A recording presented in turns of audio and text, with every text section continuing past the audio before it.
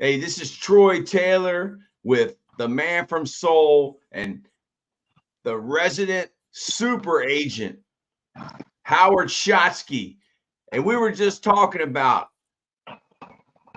the Golding The gold. Auction House, the Golding TV show, tips, tricks, and hacks for success.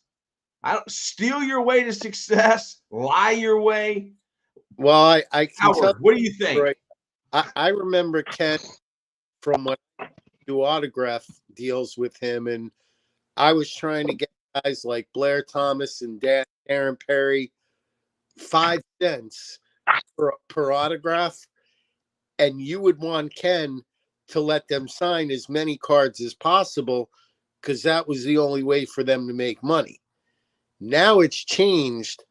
And for example, a kid like Christian Watson from the Packers, their wide receiver, his father played 5 years in the National Football League. Christian has already made more money just signing autographs than his father made in his whole career. Wow. So the collectibles industry is really booming now. But everybody thinks it's a way to make money. And there is no easy way. You gotta work hard. I really admire what Ken's put together because, like I told you, pretty much every significant piece of sports memorabilia that turns up now goes through his auction house. Amazing. Paul, have you seen the show on Netflix? No. I have never seen a show in the last 20 years. It's really well done. And it ties on all your heartstrings, all the significant things in your life, like the Declaration of Independence and Beanie Babies and Michael Jordan and the triple logo man card, which they sold for $2 million. And it's your favorite player, LeBron James. Yeah. That call in what they call a break. And what they do is you buy into the break, you buy a spot, and then you get, have a deck of cards and they shuffle it and you say, okay, I want number 7. Now in this break, if number 7 turned out to be one of the 3 teams that LeBron was on, when they pulled that triple logo, man, 1/3 of that card belonged to you. So the card was pulled by a company called Backyard Breaks. And when the card was pulled, 3 guys actually became 1/3 owners of the card. And of course, who auctioned the card off? Pete. Ken Golding. For over $1 million. Yes. He fronted him $1 million. I estimated after his commission. And I tell you, they marketed that thing on the billboard Times Square. And I think the time to sell that card was when they did, because the hype around it was so big. And since it's not like a 52 Mantle or a T206 Honus Wagner, it's not a card that has value because it's old or it's that. It was created to be valuable. It was created value, exactly. Yes, which really means it didn't cost them anything. Created so much hype around that card that these guys all made around $600,000 even after the commission was paid. Yes. And let me ask you, Paul, you know about taxes. There was a kid who had a card, a Steph Curry rookie card, and a guy offered him $150,000 cash. And then it went to auction and it sold for $180,000. I mean, after taxes, Howard, Paul, well, no, you gotta make as much. You got to pay taxes either way, Troy. But the issue is take the 180 and the auction house's commission, and that's when you see whether or not they made a good deal. Say it again. You got to minus the auction house's commission, And if it was less than 30 grand, they made a smart move by going auction. Okay. Rebecca would like you to tell us what her mother told you yesterday. Rebecca said that her mom said we are the only live streamers that she is allowed to watch because we are actually trying to help others. And we are trying to change lives and build champions. And the rest of these people, Howard, they just want to be rich and famous. Kind of like Ken Golding and his family and their show. And everybody on that show. I mean, they have perfect eyebrows. It's almost sickening to watch. He's really not that good looking in person. Oh. Paul. What's his name? What's his name? Golding. If Kim Golding? For a model, I'm taking the man from Seoul before I take Ken Golding. 100%. Come on, man. The same people that are pumping up his show are the same people that own the card companies and the same people that own the NBA, NFL. They're all getting paid. Well, there has been some allegations, what they call, quote, juice boxes. And people claim that this company, because when they take that triple logo, when they make it, someone is in charge of inserting that card into a pack. Yes. So they know what box and what case that card is in. So there's been allegations that they take those cases and send them to their biggest buyers. Yes. And my response to that is as a hobbyist and someone who likes to collect cards, well, if you think they have juice cases, then you really shouldn't break with anybody but them. Yes. And that's going to be the people that spend the most money. I got this card at the flea market for $2. Should they find out that Panini is actually doing that, they're setting themselves up for a huge class action lawsuit, because on each box of cards, you're supposed to have an equal chance at stuff.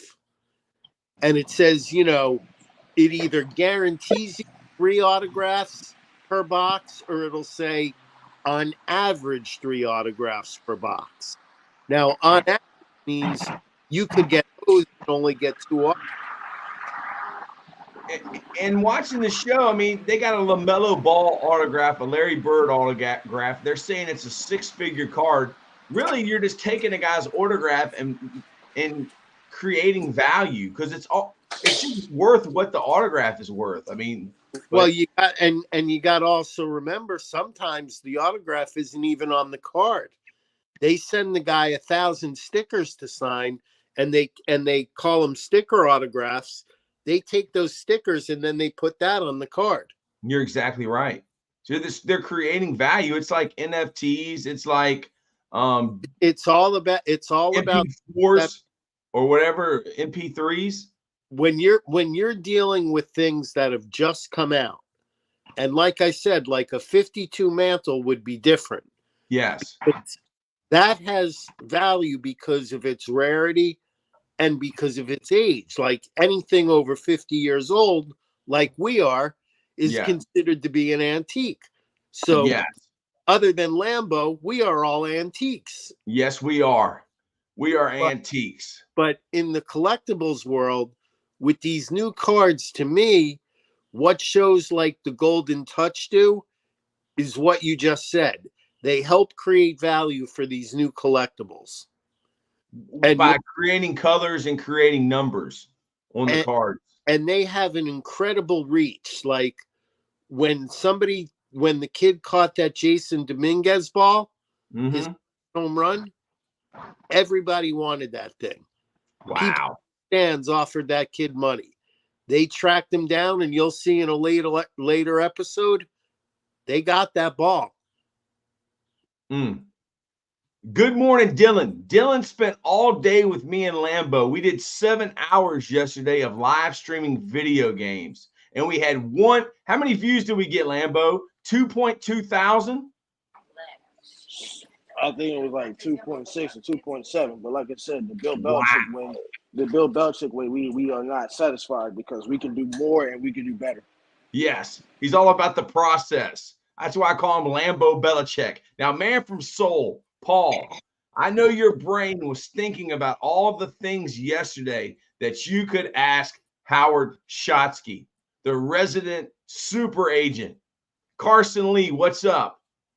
What is one thing you thought of yesterday that were like, man, I would really like to know this from Howard?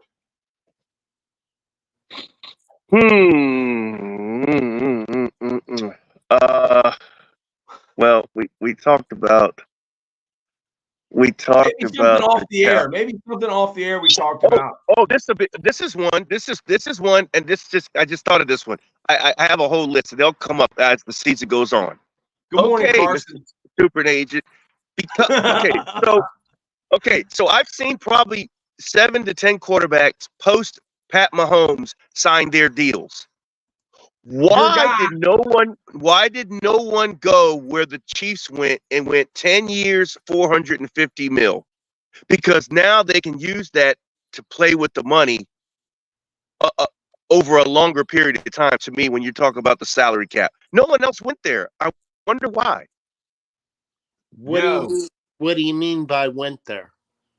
Why did no one else there do and went long term with their quote unquote franchise quarterback like Burrow? Why didn't Burrow do a 10-year deal? Would you feel comfortable giving Daniel Jones a 10-year deal?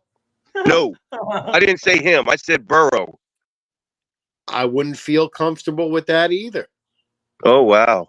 He lost. So they just dated. So he's just the man. He lost his starting job in Cincinnati. So Mahomes is just he's one of one.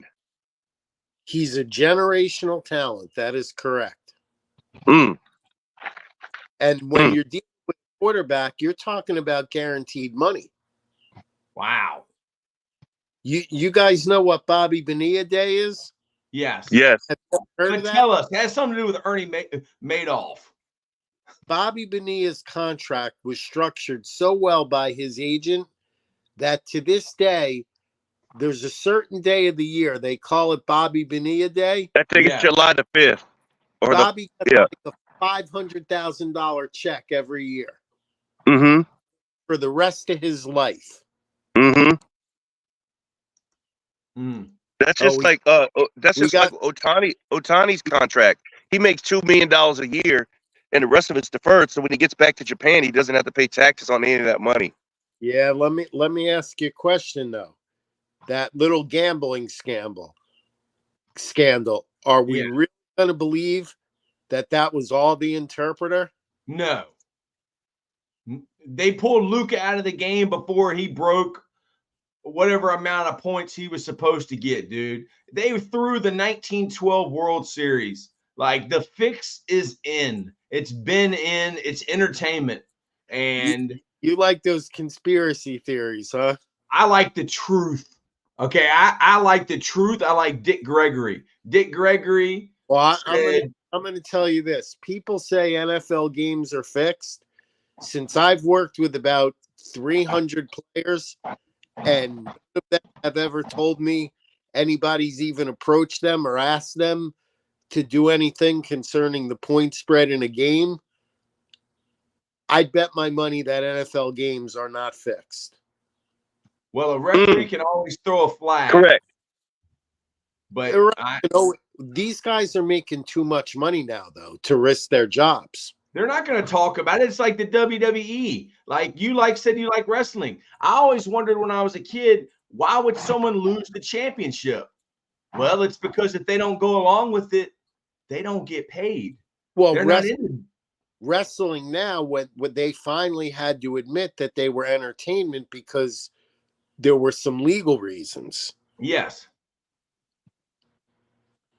And that's why you can't bet on wrestling, because they know who's going to win before the match starts. But you can bet on Mike Tyson and Jake Paul. Because, I mean, Dick Gregory said that Rocky Marciano lost to his brother twice. One time he wore a wig, and Well, Sonny Liston didn't get hit by Muhammad Ali. I don't care what the odds are. My advice, if you're going to make a bet on a Jake Paul fight, since I do think that those may be fixed to promote him to a certain level, Yes. I'm putting my money on Jake Paul. You're putting your money on Jake. And I have one on him in the past. To be honest with you, I would have liked to seen what would happen even with a 60-year-old Mike Tyson. Lambo, what are you thinking, Lambo? What do you want to ask the super agent? I mean, one, they canceled that fight. That fight is not even going to be active anymore. They canceled that fight. No, they said Tyson had some medical problems, supposedly. So I mean, it's still not going to happen because the fight's supposed to be next. The fight's supposed to be next month. They moved it back. What do you think about Lambo? Who do you think would have won? Mike Tyson. Stop playing. Come on now. Like, let's we got to be honest with ourselves here. Do we really sit there and think that Jake Paul is going to beat one of the greatest boxers of all time? Yes. Mike? Yes. Stop. No. Yes. No. Yes. No. Unless, in the conversation. Yes. That's a waste of my time. That's like saying a 60-year-old Michael Jordan can beat a 25-year-old Jaylen Brown, dude. No, whoa. Well, we're not even saying it like that. But see, it's like what the man from Soul said. When y'all do this Jordan and LeBron debates, Jake Paul and Mike Tyson ain't worth talking about. Yes, it is. Jake Paul's a legitimate boxer, man. He's all right. I don't think he's that. Okay. He's Sport all right. money bets. He's all right. Detroit. I dislike Jake Paul very much, and he will not be a great boxer. But he's beat pros. Yes. Ooh, and money moves sports betting. Yes, that's your guy. And what's up, money? In my opinion, some of those fights were fixed. He beat the Russian to get people like Troy to say what he just said. Yes. Jake Paul's a legitimate boxer. I'm stupid. I'll believe anything. I'm with Lambo. I think Jake Paul would have got his you-know-what kicked by Mike Tyson, even at 60. Can I ask you a question? Who has he faced as a legitimate boxer besides Tommy Fury? All I know is I was told by two people that said he was a legitimate boxer. One, Robinson my friend Matt Bland, and the other one was Joe Rogan. Joe Rogan cussed out Dave Portnoy because Dave Portnoy said he was a chump. And he said, dude, you don't know what you're talking about. That guy's a legitimate boxer.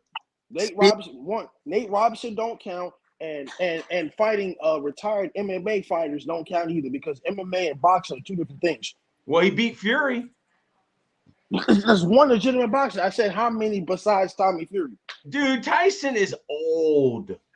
I mean, talk about this, man from Soul. You said that your body, I know your body changes when you go 40. You said your body changes when you're 50.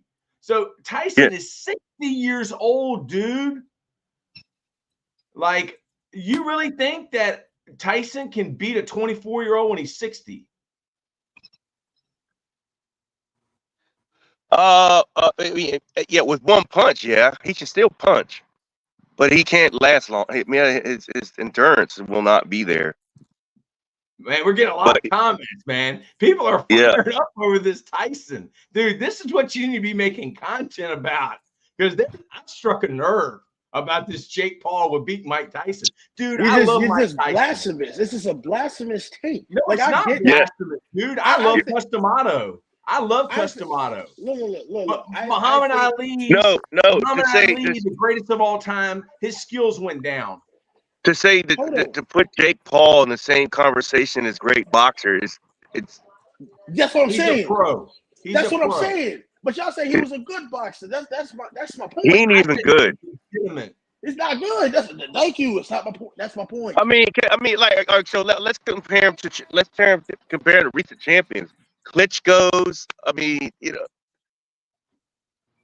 Howard Shotsky, what are you thinking? Are you thinking that I'm just drinking the Kool-Aid about Jake Paul? Yeah, and I think you on that stuff. It's some very expensive Kool-Aid because they've spent a lot of money to get this perception out there. And Yes.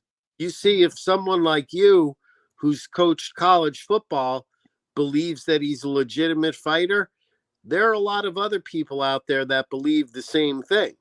Yes. Lambo and I just are not among. And where's Paul in this whole deal? Because it looks like Dylan is Paul. You're not saying he's a legitimate boxer. No, hold on. What I will say, though, is he has earned a legitimate amount of money from boxing. Yes, he has. Him and his brother have done well. I don't know who they signed to deal with or who they work for, but and you talk about content producing. That's who we need to mentor Lambo is Jake Paul. yes, Jake Paul just plays YouTubers, and Jake Paul is scared. Mike Tyson works out every day. Mike Tyson played 40 of the best boxers. Dude, I love Customato. I love Mike Tyson. Yo, I know there's you know what, man?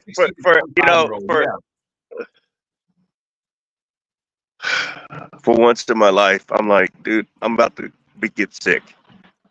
Lambo's exactly right, dude. We've wasted 10 minutes of a show talking about Jake Paul. What are we doing? He's irrelevant. I mean, dude, I would rather you talk about LeBronto. And I don't like him either. To me, as an agent, though, yeah, Jake Paul is a great study in marketing. Yeah. You know, somebody could really write a thesis on his career. And if you study the moves he's made, I mean, think about it. It is not easy to get 10 million followers on Instagram. So what he was able to do first as a content creator, then he had such a loyal following that allowed him to pursue other pursuits. Because that following, they will follow Jake Paul anywhere he goes. He could be president, him or his brother. Well, that's a great his entertainment piece is a good discussion. It's all entertainment. Yeah. Again, like we call it, navigating yourself to the center of the spider web. He did it because, I mean, he made money just making illusions, as you would say. He created an illusion. It's all illusions. Howard Shotsky has been in the same room as some of these people that were supposed to be smart. And I will quote Lambo's favorite philosopher, Socrates. You know nothing. Howard, in The Wizard of Oz, was the wizard really a wizard? When you get behind that curtain, is the wizard really a wizard? No. Wow. The wizard ain't really a wizard. Someone had to make him a wizard. Everybody's playing a role. Everybody's playing a part. The Colorado State O-line coach told me, Howard, he said, Troy, in the end, we're all just entertainers. Well, let me ask you another question. Yeah. On Facebook, when you see all these guys talk about the perfect lives they have, and on their wife's birthday, they write this long, eloquent post, and a week before you're on the phone with the same guy, and he's killing his wife to you, you know? Yes. But on Facebook, people, you know, and it's a problem, and it's causing problems with people's mental health. Yes. Because they go on Facebook and it makes them feel bad because they look at these people and think that they have perfect lives. Yes. And dude, here's one thing I just realized, Howard, because before you got on, you had the TV on, and I heard a commercial for an antidepressant and just the noise. Like, dude, I do not turn the TV on. Like, there's something about that TV and the ads that they pump into us, and the message and the narrative that is created. Tips, tricks, and hacks for success. Well, how often now do you see commercials for DraftKings and BetMGM? Yes. Once gambling went legal, Hmm. it was like when around election time. You Yes. Dave bombard, Portnoy won 1.5 million. Drake. bombarded with political commercials, right? Yes. To the point where you get sick of them. Yes. And that's what happened when gambling went legal. And how many people do you think became compulsive gamblers because of that?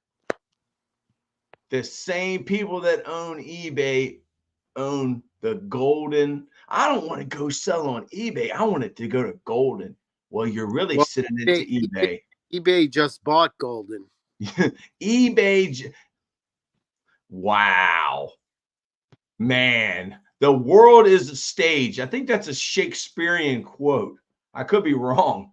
The world is a stage. Paul, I see your wheels turning, your gears turning in that beautiful mind that you have. What are you thinking, man?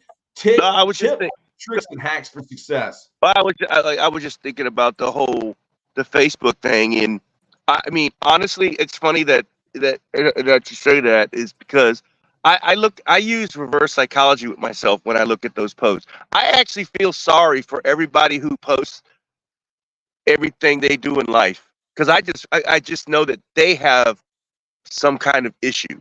There's a small issue, could be large, but it's not my issue. I just read. I mean, I love Facebook to keep up with friends, but I don't want to know that you're making a peanut butter and cracker sandwich right now. Like that's a self esteem. It's just a lot of self doubt that you have to use you have to use Facebook as a way to talk to people because you're not comfortable with yourself. And they because I don't post at all. I'm a reader. I hit like and I hit okay, congratulations, happy birthday, because they're my friends. I want to know what they're doing, but man, some people are overboard, and I don't. And those people that are overboard, when I feel that you're overboard, then I really feel bad for you because I don't because you're not self aware enough to know that hey, I'm being a little bit overboard. Let But me they let have me it. let me Those people have issues, and you don't just. That's when I'm like, well, don't make them. I would never make their issues my issues and make them make me feel a certain way because they're let just me out there. let me say this. Paul is definitely right because the whole I mean, social media is a money getter, and I understand that it's easy to make money on social media and all that. But like Paul said, nobody cares. Yeah, yeah, like it's like the new generation. Everybody do they post when I wake up, while I'm laying in bed. Like we don't need all that, dude. The whole point of Facebook or whatever is you post vacations, you post like football games, or like what I'm saying, just like family things that you'll normally do on a daily basis. But nobody cares if you're you know cooking anything unless it's Thanksgiving or whatever. But like Paul said, it's social media and what y'all do is it's very sad. You post your whole life on social media, like especially when people have girlfriends and all that stuff. It's like you got a poster all over your social media, like every single day. Like, why can't your relationship be private off social media? Because if you're trying to feel better based off people that don't care about you, then you worthless your damn self. Because social media is their reality. What do you think, Howard Shosky, the resident super agent? I, you know, like I said, I rarely see honesty on social media. You Ooh. never see somebody post something, I'm not doing well, or I'm having a problem with this. Mm. All you see is people presenting, you know, perfection in their lives, which is not really a standard that, you A know, fake image. I'm not looking for perfection in my life. I'm just looking for peace and serenity, you know? Mm-hmm. Peace and serenity. Dylan, Yeah. I'll be back, fellas. Take care. Thank you, Dylan. So, tips, tricks, and hacks for success. This reminds me, Paul, of my friend who called me yesterday and said that he had a 7-on-7 game with another team. And he said, we got smashed. And I said, Mm. okay, well, what'd you expect? It was like you walked into the Venus flytrap. Like, you went over there and played them. And he was like, dude, they got so many transfers. Mm-hmm. Mm. They got this guy from this school and this guy. Mm-hmm. Was our favorite guy there? OPP. Are you down with OPP? Other people's players. I'm not down with OPP, other people's players. I'm down for my players because the Deion Sanders pattern and the Deion Sanders model of football that you want other people's players. What does that say about your players? Or Howard Shotsky, the resident sports super agent, is there no loyalty at all anymore? In sports, honestly, it's all about the money now.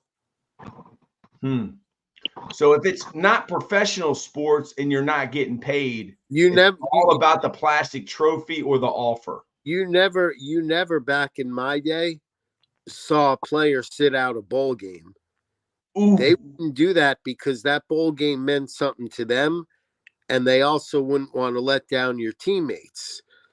We see players now on a regular basis not playing bowl games to protect them. And, there is some, as an agent, I wouldn't necessarily want one of my clients playing in those games because it's a meaningless game that if they get hurt at that point, they're going to lose millions of dollars. Yes. If they're a high round pick. And Star Jackson started watching us playing college football video games yesterday. He said that's what's wrong with high school and college recruiting, especially high school, where they steal everyone's kids. Jacksonville kid, I'm down for my highest paid quarterback, Trevor Lawrence. He better come through, or we in Jacksonville are going to lose our minds. CV Ducks, how's it going? Trevor Lawrence. Okay, Lambo, you got some strong opinions about this because you're a former Clemson fan, a bandwagoner. Well, thank you very much, Howard Shotsky. I'll be here all week. Make sure you tip your wait staff. I'll tell you this. It's the mediocre play in the NFL and quarterback is all mediocre. You have the greats, you have the mid guys, and you got the guys that suck. So I understand the business that the value is going to get higher and higher and higher. But let's be honest, the quarterback play ain't all that great. Now I understand that Trevor Lawrence has been through coaches, has been through offensive coordinators. I'm not taking that as the question, and half of that is not his fault. But if we're going to pay guys, I thought the motto was they had to earn the right to be the highest paid quarterback. You're telling me that he's been getting paid more than Joe Burrow, Jalen Hurts, and both of those quarterbacks reached the Super Bowls?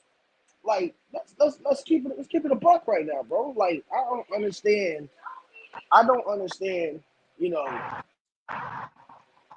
It's the market. I understand it's the market, but see, that's not the problem. The problem is that, it's we underappreciate. You know what I'm saying? Like, at the end of the day, bro, like, these guys are not Patrick Mahomes.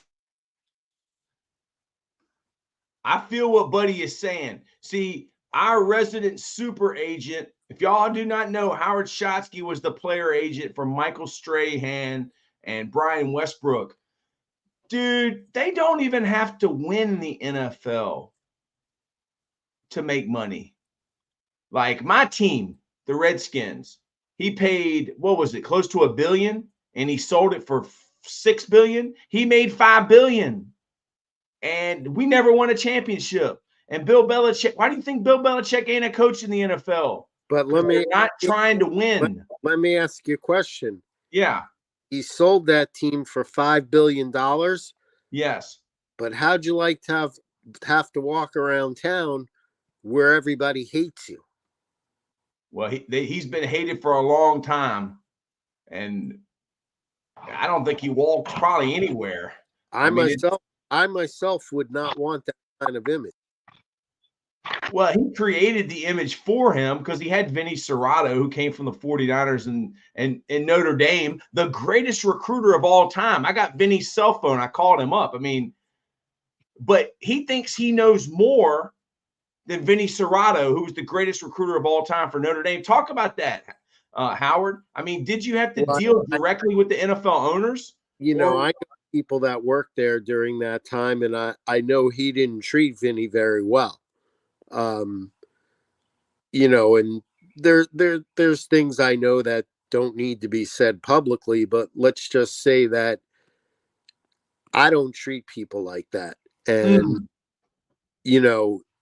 even in sports, if you want people to really play for you and really give everything they have, yes, you can't just pay them. You also got to treat them well, because at the end of the day, they're people just like we are. Ooh. And your mood and the things you have going on at home and other things in your life, they're going to affect your work. Just like with a player, they're going to affect the way he plays. Yes. And Paul, how do you feel about this? I mean, you win with people. Woody Hayes said that. You win with people. No. Yeah, I concur, and I will piggyback on one. As far as pay and people's peace of mind and getting them to play for you. And I mean, I don't think I got to finish the second part, but sir, would you let a client go out there on a lame duck contract? Did you ever have to be in that situation? And when you were, what did you do? Whether the guy was just on it last year or he was a franchise guy. There are a lot of times, to be honest with you, where if you're confident that your guy's going to have a good season and he's ready to go, that's actually what you want, because that's the way to make the most money. Yes, contract year. So there are definitely times where we turn down security because we didn't think the money was good enough.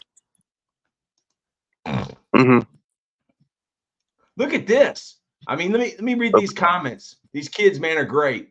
5-star Jackson. These coaches won't take a running back out of high school that rushed for 3,000 yards and 20 touchdowns with a really good team. Instead, they'd want to take a 4-year senior that has experience. And Jacksonville kids say Georgia quarterback Jaden Rashada sues Florida coach Bill Napier over failed $14 million deal. Do you know anything about this failed deal? This is the NIL stuff you were talking about, Howard. Howard is a lawyer. Howard was a sports agent. He is a coach's agent now. Jaden Rashada's situation was a circus from the start.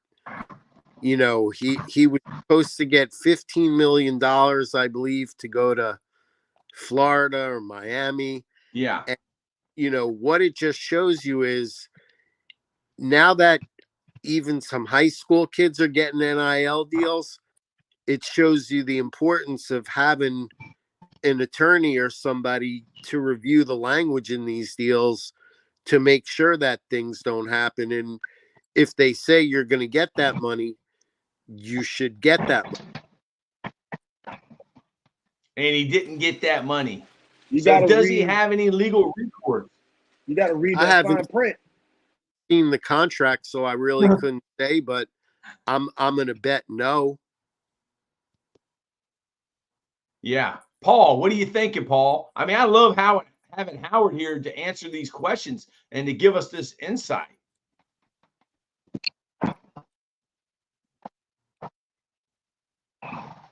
Paul, I read that story a couple of weeks ago, and I was like,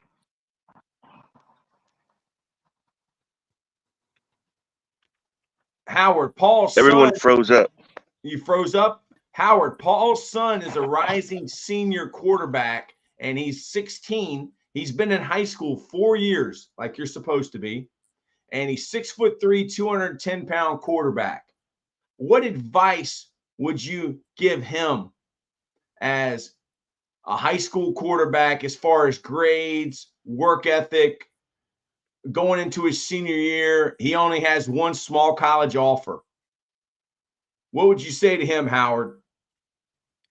Grow 2 inches. That would be my first advice.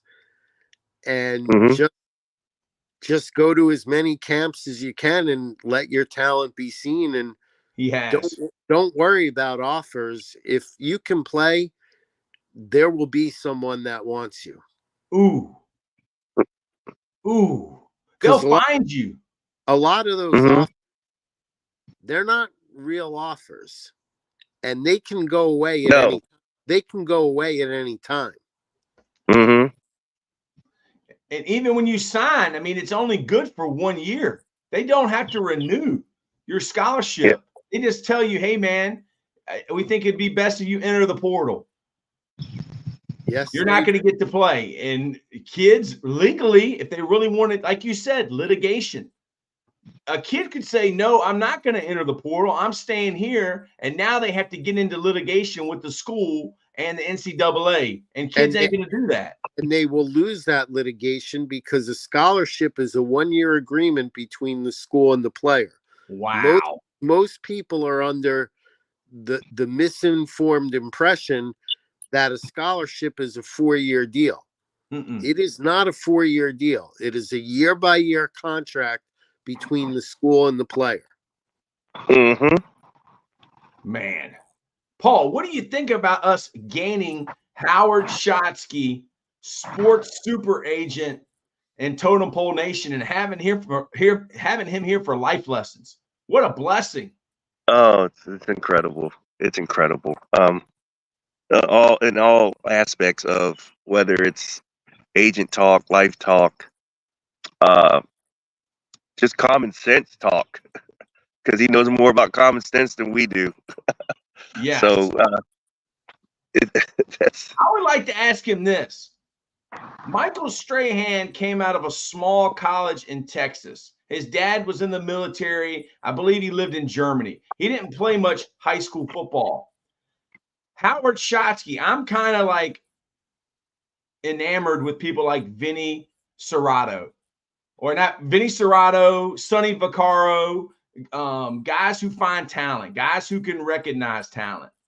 And I'm kind of enthralled or enamored with your ability to see something in Michael Strahan that other people didn't. Tell us the story. How did you find him? What did you see in him? Like, that's a story in itself, Howard. I found him from another player that we had on the team. And, I knew he was a young defensive lineman. I know that that's a position where, the big guys get paid now, offensive linemen and defensive linemen. So I knew that if, I had no idea, to be honest with you, that he would turn into what he did, but I knew there was an opportunity there for a lot of money to be made. Woo! So, I found out from my client that he wasn't happy with his representation and would like to sit down with us, and that's how we ended up working with him. Man. And the story's even crazier because the way I got that client was, having started my career at the NFLPA and worked in football for so long, you get to meet a lot of people. And hopefully, if you're a nice guy, those people help you, because without help, none of us are getting anywhere. Woo! And so I got a phone call and said, would you be interested in recruiting this kid who plays for Colorado? And I said, no. And he said, why not? And I said, well, there's a certain 2 agents I know that are always giving those kids money while they still have eligibility left. So, and Colorado's an expensive plane flight from Maryland. So, no, I'm not interested. And he says to me, well, there's a financial planner involved this time, so maybe it'll actually be an honest process. And I still say, no, I'm not interested. And finally, he beats me down enough to where I just said, fine, give me the guy's number and I'll call him. We ended up going out to Colorado. We signed that player who turned out to be Ronnie Bradford, who was a 4th-round pick for the Broncos. And Ronnie ended up coaching DBs for USC. And I think he's now coaching at Montana. So we signed Ronnie. One day I get a call from the financial planner. He says to me, I got a client I want to refer to you. Are you interested? He's on the Giants. I said, of course I'm interested. He's already in the NFL. And he goes, the guy's name is Stacy Dillard. Here's his phone number. And you'll love this part of the story, Paul. This is the best part. So I give Stacy a call, and the first sentence out of his mouth is, oh, I know all about you guys. He goes, you represent a couple of my teammates already. He goes, easiest signing I ever had, Paul. First sentence, the guy says, I'm going to sign with you. But his next words are, but the guy who gave me your phone number, just so you know, I don't like that guy. I'm firing him. So now I have a little bit of an issue. The guy who referred me to the client is going to get fired. Now, common sense tells you, if I just, and we get back to common sense, like you mentioned before, if I signed his player from Colorado, and now I'm going to sign his guy on the Giants, and he made it so easy for me that all I had to do was call this guy on the phone, do I want him to get fired? No, because I want him, the next guy, to refer people to you. I want him to refer that guy to me. Yeah. So I had to explain that to him, how it is actually not in my best interest for him to get fired, you know? Yes. Yep. Honestly, I'm one who tried to stay out of my clients' financial affairs unless I thought they weren't saving enough money or their guy was stealing from them. But I think you should always have your money being managed by someone who doesn't work with your agent. Because I think there's too much potential for not doing the right thing when you have everything in one place. And that's one thing that Michael did. He always had his money in a different place. He always had a different people doing his marketing, and he had us handling his contract, which I thought was a very smart way to do things. So the way I got to Michael Strahan, honestly, was by recruiting a player that I originally had no interest in recruiting. Fascinating story. Ladar says the salary cap, rough basics of it are manageable. Okay, I'm glad you got it figured out. Bill Belichick does. Nobody else does. But the lawyer talk, the fine print, you might as well forget about trying to figure it out. My question is, as an agent, have you needed a cap specialist? Yeah, I mean, and you have one. You call the 800 number at the NFLPA, and you talk to my friend Mark, who knows that document probably better than anybody in the world. Wow. And what's he tell you? They got space or they don't? And that's why they'll never fire him.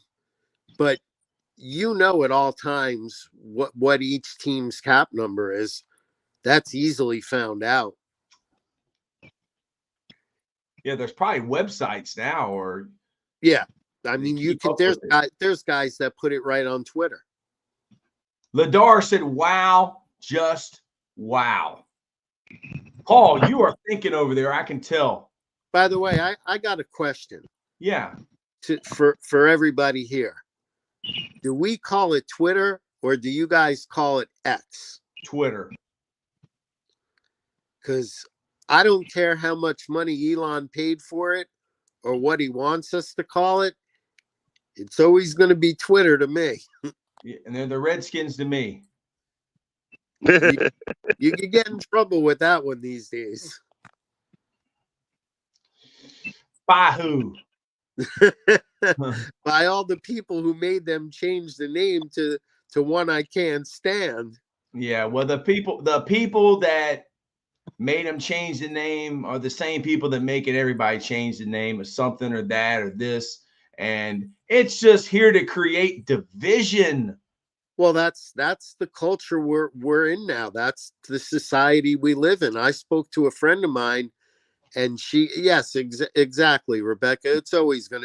It was always Twitter. Yes, he can So change it to whatever he wants. It's Twitter. I have a friend of mine that substitute teaches at a local school. Mm-hmm. So I said to her, maybe I'll do that, bring in a few extra dollars. Yeah. I don't think you could, you're capable. And I said, are you out of your mind? I said, I taught at the law school. I said, you're telling me I can't teach middle school if I actually taught law school? And she goes, yeah, that's what I'm telling you. And then she explained it to me. And I'm sure as a teacher, Troy, you've probably dealt with this. When she goes in at the beginning of the day to greet her students, you know that she is not allowed to say, good evening, good morning, ladies and gentlemen. You know why?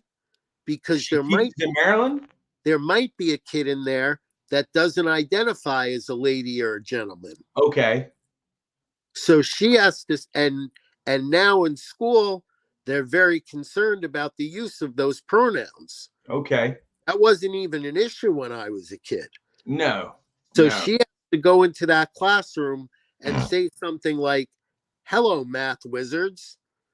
And then when each kid, say there's 11 kids in the class, one kid might be someone who could take, like, when they're in high school, advanced placement courses, he might be smart enough to get college credits. Yes. Another kid might be on a very slow learning track. Yes. They got all those like kids. Me. They got all those kids in one classroom. Yes. And you have to cater to every one of their individual needs. Which means they're actually not catering to anyone's needs, because John D. Rockefeller said he did not want to have a country of thinkers. He wanted to have a country of workers. Well, that's my question as a teacher to you. Yeah. If you have 20 kids in a classroom that are all on different learning tracks, yes, is it physically possible to even know what each kid is supposed to be doing on each day? Well, the answer is you're always supposed to be assessing learning. Well, what can you learn when you're always looking at your phone? That's what I keep telling my students. Whatever you're listening to, whatever you're watching, whatever you're reading, you're learning. Well, there's your first mistake. And you're teaching somebody else. Yeah, go ahead. There's your first mistake right there. Yeah. In my classroom, I had a no phone rule. You can't let kids have their phones. And what was the punishment? You know how you should start your class? How? You have a big basket, and each kid drops his phone in it, and they get it back at the end of the class. The schools that I've been at, they don't get their phone back, because one guy's got 5 phones, and he's got them all in his pocket. Yeah. You know what Terry told me when he was coaching with the Packers? What? Here's how he would run his meetings. Yeah. He would tell his players this in advance. Yes. He'd say, listen, I need your full attention for just 45 minutes. Yes. And you know why he said 45 minutes? Because their attention span really doesn't go any longer than that. Because most of the time, when you're talking about these players, people forget they're only 22, 23-year-old kids. And that's their attention span. And kids are going to make mistakes. Yes. And kids don't have long attention spans. Yes. So I thought this was one of the smartest things I ever heard. He's setting down the ground rules. He's setting down the parameters. We're going to go hard for 45 minutes.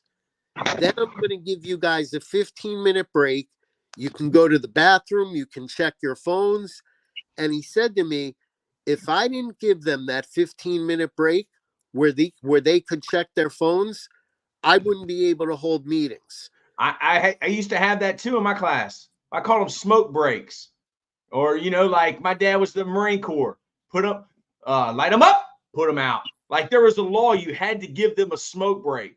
Like Well, in the Marine Corps in the 50s. If you don't give those kids a break to look at their phone, Yeah, I promise you, you will lose them at some point. they're addicted. What? How It's meant to be addicting. How long is your typical class now? An hour? An hour and 30 minutes. Well, let me ask you a question. Do you think that those kids really have the ability to pay attention for 90 solid minutes? No, and they don't want them to pay attention. So you know what I would do? I would What? do just what Darren did. Yeah. I would tell the kids this in advance. Yes. We're gonna have class for 45 minutes, and I expect every one of you to be paying attention for every one of those 45 minutes. Then I'm going to give you a 5-minute break where you can look at your phones, and then we're going to finish the last 40 minutes of class. Yes. And I'm going to bet you that if you take those 5 minutes away and only teach for 85 minutes instead of 90, but you let them check their phones for 5 minutes, I'm going to bet your class would be more productive. Yes. And but, you know, I tell the kids, like, what I don't know is if the principal would allow that. No, because the principal has to answer to someone above them, and they're a government bureaucrat, and all they care about is the data and that they're following the rules and procedures. But really, teaching and learning has not changed. It hasn't changed since Socrates. Lambo, let me ask you a question. You're young. Do you think these kids can pay attention for a straight hour and a half? No, not at all, because they're distracted by social media. They're so distracted by their phones. Ever since COVID, it has been bad. Now it's probably been bad before COVID, or not as bad, but it's been bad ever since COVID because everybody sat around their house all day. And that's why nobody wants to work a regular job. Nobody believes in work ethic and all this other stuff. You look at people even walking down the street. I was going to pick up my prescription the other day. I almost got ran over by a lady with her shopping cart because she's sitting there staring at her cell phone. And you go out to dinner with people, you can't even have a conversation because every 2 minutes they're picking up their phone to look at their phone. But this is what I teach my kids, is that when you look at this phone, you are making zero amount of money.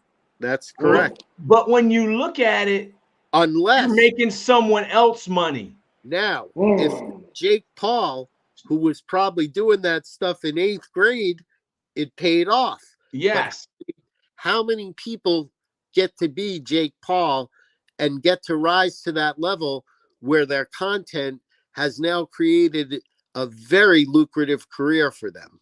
The same amount of people that make it to be Michael Strahan. It's very difficult to be Jake Paul. And you can hate him all you want. Yes. But what I do respect tremendously, it created him. His ability to create Jake Paul. Yes. And that's what we're all doing. We're all creating ourselves. But if you're looking at a phone and you're making someone else money and you're making zero, really you're working for them. And that's what they want, because they're making money off of you every time you look at your phone. Every ad you look at, every video, somebody is making money. Nope, these kids need to put their phone down. Dude, they don't want them to work, because if they work, they can't look at their phone all the time. Some kids now, they're working their job looking at their phone. That means they're making money for the person that they're looking at the phone for, and they're making money for the guy they're standing behind the counter. Disney had nothing to do with it. Hey, I don't know who had what to do with it, but it is what it is. And it's the system that has been created. And you went to law school, you know about the Federal Reserve, and you know about who really owns the money. So, I mean, man, we got a lot of tips, tricks, and hacks for success. Here's a hack a guy told me. there's a mode on your phone that you can turn it into black and white. You can turn your phone into black and white. Yeah, Lambo. You just figured that out? No, I didn't just figure it out. I learned it about a month ago. I But didn't you know can that. turn You your just figured that phone. out. What? I didn't know that. You can turn your phone to black and white, and guess what, Howard? You won't want to look at it. Right. It's all the colors. It's more colorful than real life. It's like that new TV you buy. When you look at the Super Bowl, it looks better than it does in real life. These kids are much better than we are with technology because Yes. we didn't grow up with this stuff. They don't Not at remember all. the day where there was no cell phone. You know, they don't remember the day where you didn't have a computer. No, exactly. Man, I remember us going outside when I was a kid. We always went outside. Yeah, but you're an old soul. and that's the problem. These kids don't go outside anymore and play. Lewis, thank you very much for commenting. Yeah, it does. That's why I won't pay to watch a game. Amen. The money is printed on gold. I think it was. That's what the Wizard of Oz is all about. It's about taking us off the gold standard, the yellow brick road. I like the dark side of the moon and the Wizard of Oz playing when on the third lion roar, Howard. Isn't that right? I got into psychology, Dr. Carl Jung, and synchronicity and all this stuff. Paul, you really look like you got the 11s. Have you ever heard I'm reading the comments. I'm just trying to follow what they're talking about. Have you ever heard of the 11s? When someone gives you the 11s. Nah, I haven't heard that one either. This gonna be our last tip, trick, and hack. Are you allowed to say this, man from Seoul, about the 11s? Oh, am I allowed? Oh, of course, yeah. So I mean, just reading faces.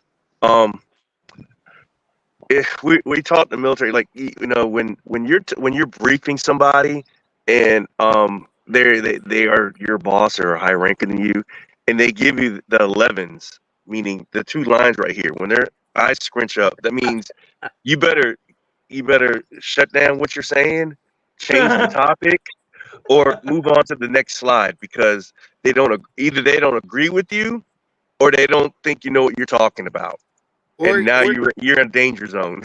Or you really piss them off.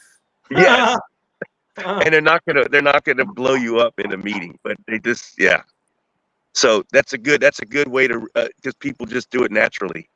When they just when they're mad, when they don't understand, or they don't feel like this person is credible. Being a 90s baby feels like I'm a part of last outdoors kids. Yes, you are. Okay, we're in the Matrix, dude. If you haven't figured this out, we're in the Matrix. Watch the Truman Show. Go watch the Matrix. You're Neo. You know, Yeah. I like the way Man from Seoul always does the show outside, because it's a good thing to get outside first thing in the morning and get that fresh air and that sun on your Yes, body. It's a great way to start the day. absolutely, and it's not hot yet, and it just feels like I'm in like somewhere else, because the I, weather, the little breeze is blowing, and you, and then I can see the background as I'm talking to y'all. So I'm just like I feel like I'm on vacation. you But may see me outside for the next show. I kind of like that idea. Yes. And we will be going up to DC, Lambo, to see the resident super sports agent, Howard Shotsky. We have not determined, huh? Oh, never mind. I'm sorry. I didn't mean to cut We're you going to off. be going up to see Howard Shotsky to I Maryland, hope but it's all DC to me. I hope it's on the weekend, because I'm off for the weekend. I'm all Saturday. He says he hopes it's on the weekend. The 11th brings back a lot of memories. That's what the Terminator X says. Howard, do you have anything you want to say? Let me see. Got another comment here. I'm sure my son gets a few hours outside every day. My plan is to change the narrative. Amen. First, you must change the message plan, Luis. in the narrative. Exactly. Howard, what would you like to say to end the show? Anything you want to say to Totem Pole Nation? We have 85 people watching us. I think the biggest takeaway from today's show is you know, people always ask me, who were the best players you represented? Mm. My answer is always the same thing. It wasn't necessarily the guys with the most talent. It was the guys that were willing to work the hardest. Wow. The wanted factor. Who I wants think it that more? applies to anything. It applies to somebody like Lambo who wants to be an influencer. You know, Yes. I've heard stories about Kobe, you know, guy would walk in the gym at 7 a.m. Kobe would already be in a full sweat. Kobe. Another guy recently I saw on a documentary said Kobe wanted him. He's, well, what time you want me to meet you at the gym? 5. He meant 5 a.m. Not 5 in the afternoon. Oh yeah. So when other people were sleeping, Kobe was getting better. And it wasn't, Kobe's not the best ball handler there ever was. Poor athlete. Kobe's not the best shooter there ever was. But did you watch that documentary recently on his 83-point game? What Kobe was like Jordan, a hard worker and a savage competitor. That's So what Sonny Vaccaro saw in him. I think that the thing to take away is, while there are hacks and tricks to make life easier, the bottom line is anything worth having or doing takes some hard work. Amen. Paul, what do you have to say to end the show? I hope everyone has a great day. Stay cool, stay hydrated. It's gonna get hot here on the East Coast and the Northeast as you move up 95. And I've really enjoyed this show. Good discussion. A lot of topics, and I learned something today. Lambo. Just make sure y'all are consistent. Like I said, we know that you'll be big time YouTubers, big time live streamers, and big time content creators. And for members of Totem Pole Nation, we will help you achieve your dreams. Family, faith, family, and the future of content creation. Yes. Because we change lives, we help others, and we build champions. And we Yes, thank we you to do. all the members of Total Pole Nation, because we will continue to get better and trust the process, because we are not done. Yes. St. Pete Rejuvenate, we love you.